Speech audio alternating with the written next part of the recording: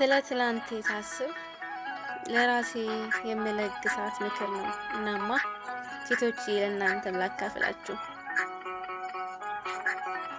ያለፈው ዘመን በአንድ በሌላ መንገድ በችለኝነት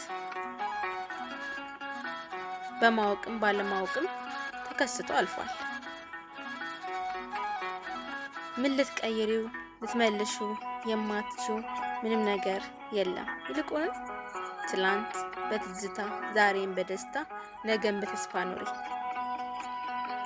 ትላንት በወቅቱ መልካም ሆነ መጥፎ ስራ እንድትሰሪ በወቅቱ የነበረሽ ሁኔታ ስሜትሽ አቅም ገፋቶሽ ያልሆነ ውሳኔ ወስነሽ ጥሩ ያልሆነ ነገር ወይም በቅን ልቦና ለሰዎች ብለሽ አድርገሽ ይሆናል።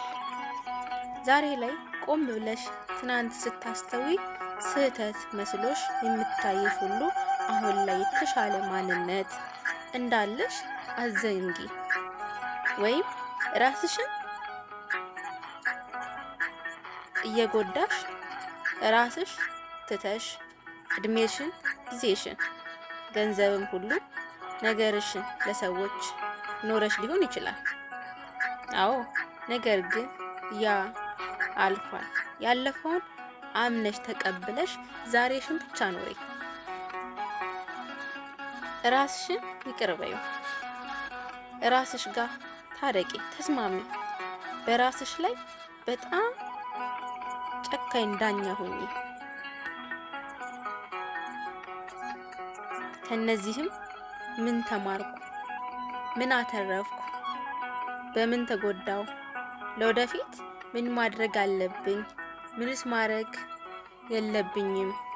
የሚሉትን ጥያቄዎች መመለስ ጸጸትሽን ወደ ጥበብ፣ ወደ ጥንካሬ ይወስድሻል። ትኩረት ዛሬሽ ላይ አድርጊ። ያ ያለፈው ጊዜሽ ዘመንሽ የትናንትናሽ ጥላ ነው። የዛሬው ግን በእጅሽ ያለ እድልሽ ናት።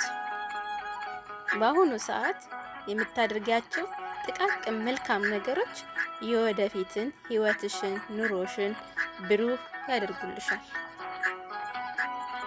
ዛሬ ላይ የደከሙበት ያለፍንበት ነገር ነው ነገ ደስ የሚያሰኘው።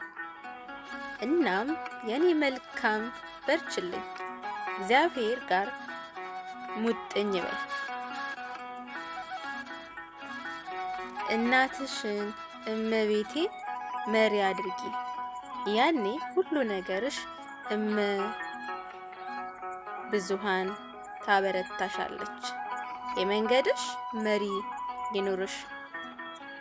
ፋና ስደትሽ ስንቅሽ እሷ ናትና በርችልኝ። እግዚአብሔር ማስተዋሉን፣ ጥበብን፣ ዕውቀትን ከፍቅር ጋር ይስጠን።